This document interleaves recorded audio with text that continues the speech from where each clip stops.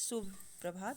Class 11th आलो अंधारी का जो अगला अंश है उसमें देखिए अब क्या होता है कि लेखिका ने पार्क में जाना छोड़कर अपना समय पढ़ने लिखने में बिताना शुरू कर दिया। लिखे हुए फोटो लिखे हुए की फोटोकॉपी करवाकर कोलकाता भेज दी गई थी। लेखिका बताती हैं कि अचानक तातुस ने उन्हें कोलकाता से उसके नाम चिट्ठी आई और सुनाई जिसमें उनकी बड़ी प्रशंसा लिखी हुई थी। उन्होंने तातुस की भी प्रशंसा की जिन्होंने इतना अच्छा हीरा खोजा, यानी कि हीरा था ही, उसे तराशने की जरूरत थी। आशीर्वाद देते हुए आगे लिखा कि तुम अपनी कहानी का आगे का भाग भी लिखो। मैं समझ नहीं पाई कि लिखने में हुई गलतियां कहाँ गईं।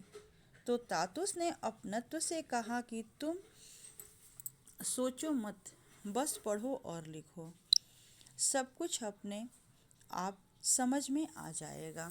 यानी कि बेबी के जीवन में तातुस का बहुत ही प्रभाव रहा और उन्हीं के सहयोग से वो इतना आगे बढ़ के लेखिका बन गई। फिर बेबी तातुस की ज़्यादातर बातें अनसुनी करनी पड़ती क्योंकि घर में काम बहुत ज़्यादा था। एक दिन उसे तातुस ने दिन में ही पढ़ने बैठा लिया। उस दिन रमणदा उल्टी प्लेट में खाना डालने लगे और यह सब बात सुनकर हंसी से लोटपोट हो गए। सब चुप हो गए परंतु लेखिका हंसी जा रही थी। तो तातुस बोले कि मेरे बंधु की चिट्ठी कब से आई हुई है, हंसने से काम नहीं चलेगा, पहले मेरा काम पूरा करो। उसके मना करने पर भी तातुस बोले कि तुम लिखो, सब ठीक हो जाएगा। इस प्रकार उसे पारिवारिक माहौल और प्रोत्साहन पूर्ण रूप से मिलता रहा। बेबी ने कभी पत्र नहीं लिखा था, फिर भी तातुस से सलाह ले वह जेठू बोलकर पत्र लिखना शुरू कर देती है। जवाब में जेठू ने उसके लिए ढेर सारी बांग्ला किताबें भेजी तथा उसके दूसरे खंड की प्रशंसा भी की। उसने बताया कि वह और तातुस उसके बारे में बहुत सोचते हैं।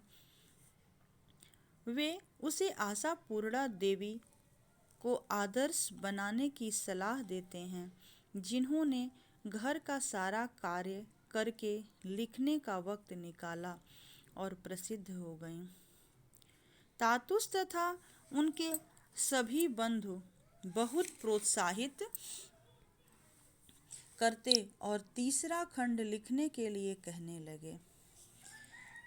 तातुस ने बेबी की रचना की तुलना एनी फ्रैंक की रचना से की और इस पत्रिका के कुछ अंश भी सुनाए, जिसे सुनकर वह भाव विह्वल हो उठी। एनी फ्रैंक भी अज्ञातवास में रह करके कहानी लिखती है, उसी तरह ये घर में काम करते हुए, नौकरानी रहते हुए लिखना पढ़ना संभव करती है।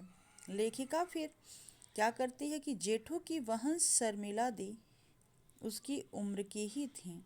उनकी चिट्ठियां अक्सर लेखिका के नाम ही आती थीं, जिनसे स्नेह झलकता रहता था। वह उनसे मिलकर बहुत बातें करना चाहती थी। उसे बेबी ने कभी देखा नहीं था, परंतु एक दिन सफाई करते वक्त उसे एक एल्बम मिली जिसमें उसकी जेठू की तथा अर्जुन दा की तस्वीर थी। लेखिका सोचती रहती थी कि क्या शर्मिला जैसी पढ़ी लिखी लड़की मिलने पर भी उसे इतनी ही आत्मीयता दिखाएगी जो स्वयं एक बहुत अच्छी लेखिका थी।